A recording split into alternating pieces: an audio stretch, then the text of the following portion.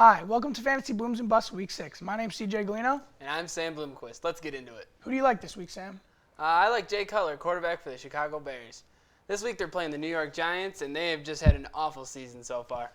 And the Bears have a solid team this year. I mean, they have Brandon Marshall, who's consistently a great receiver, and Alshon Jeffrey recently just started stepping up. Also, if he gets into trouble, he's got Matt Forte and Martellus Bennett both to dump off too. So I think the Bears are going to have quite the good game against the Giants. The thing about Jay Cutler is he has sparks of greatness, but he's so inconsistent. I mean, they are playing the Giants, like you said, but I don't know. I mean, the Giants didn't look that bad against the Eagles, minus Eli's turnovers. Like, as a team, they didn't look terrible, but I could see why you think Jay Cutler will put up a big game. If he plays like we know he can, then he should put up big numbers. The Bears' defense is also pretty good. I don't know if you've heard, but they're one of the best defenses in the league. And also, if they keep shutting down the Giants like the Giants have been, then the Bears are going to get a lot of time behind the ball. I can see where you're going with that pick. I really like Russell Wilson this week. He's right outside the top 10 in fantasy quarterbacks this year, and he's playing against a relatively no-name secondary in Tennessee minus Bernard Pollard. Wilson should have a great week on the ground and through the air, just picking apart the Titans' pretty mediocre defense this week. I agree with you on that, CJ. Also, but I wouldn't overlook how the Tennessee Titans defense, they've been putting up some big numbers recently against some good teams. So I would just watch out for Russell Wilson because he can also be inconsistent. He can be, but the thing about the Titans is overall their defense is ranked bottom tier in the NFL, I would say, overall between their linebacking core. Their defensive line is solid, but like I said, their secondary doesn't really have anyone worth mentioning besides Bernard Pollard. So I think Russell Wilson's a great talent. We all know that. Mm-hmm. He's extremely athletic. He makes plays out of nothing. I think that he could put up big numbers this week. Yep, if you're suffering from the bye week blues, I'd definitely put Russell Wilson in your lineup if possible. This week, I also like Fred Jackson versus Cincinnati. He outperformed C.J. Spiller last week, and C.J.'s been a little iffy with his ankle. Fred Jackson has definitely been stepping up ever since C.J. Spiller's come into the picture. He's sort of bulked up and be able to handle the third down carries and the touchdown goal line carries. And he's just a big back, and he's definitely showing how he's stepping up, and he's ready to play. I agree with you 100% with that pick. I really like that pick as well. I think Jackson could put up big numbers this week.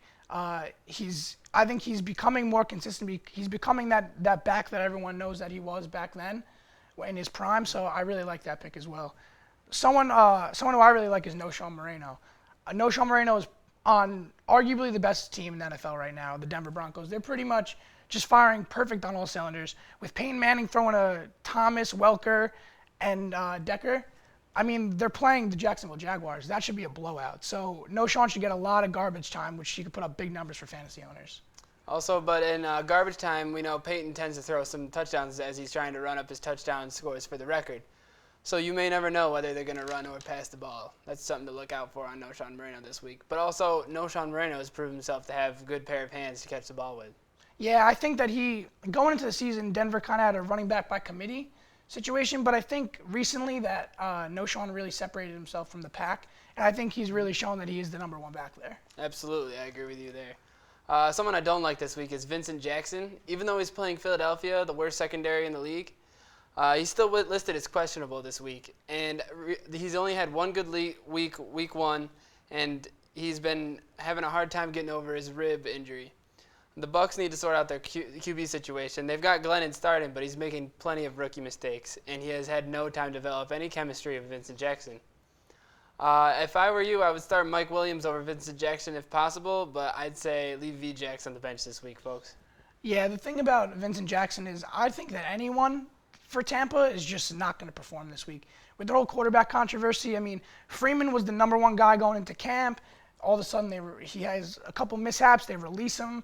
That can break down the locker room a lot more than people realize. And like you said, chemistry is huge in the NFL. Knowing where someone's going to be on certain routes, knowing that you can trust the person to make that play.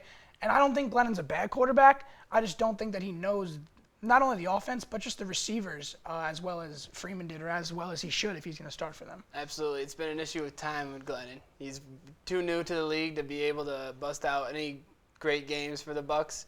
And we'll just have to see how they react to that. Absolutely. Someone who I really like, who might be pretty surprising for a lot of people, is Lance Moore. Lance Moore's facing the Patriots, and I know a lot of fantasy owners are kind of hesitant to play the matchup against the Patriots, but Lance Moore is the number 2 receiver in New Orleans. he's going to be probably facing up Alfonso Denard on the other line, and he's a second-year guy out of Nebraska who hasn't really shown much greatness. He's a solid cornerback, but he's not going to go out and make a lot of plays. Lance Moore, on the other hand, has a huge upside. He's quick. He catches everything. He can yards after the catch. He's great at.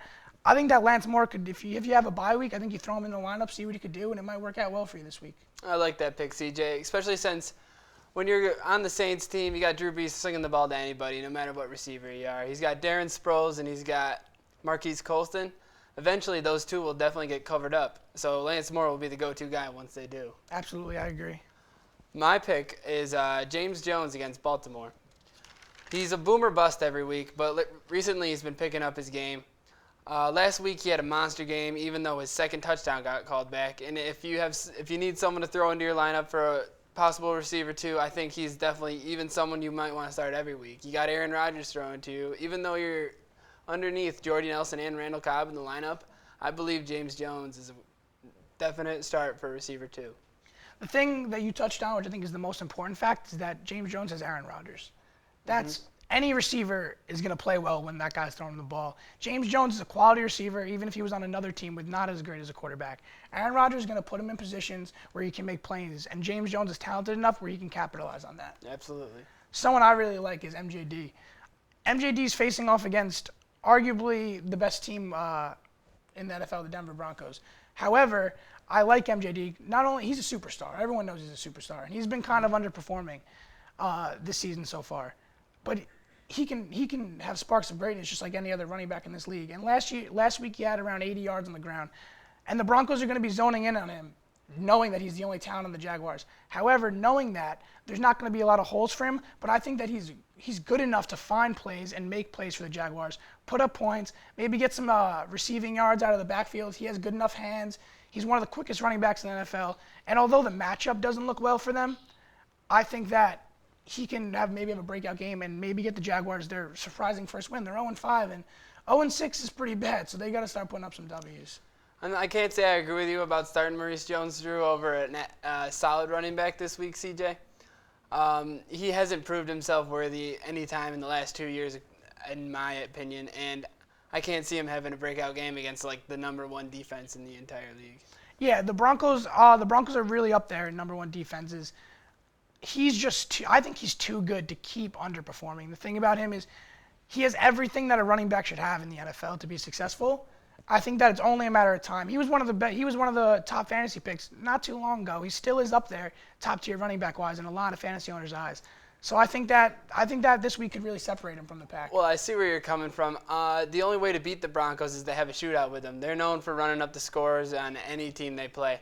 And you saw last week against Dallas that Dallas actually had to run up over 40 points to just catch up with them. And if the Jaguars are capable of doing that, who knows if they are, then Maurice JonesDrew will definitely be a factor in that. Absolutely. You never know, really. Well, that does it for Week 6 Fantasy Booms and Busts. We hope to see you next week. Have a good one, folks.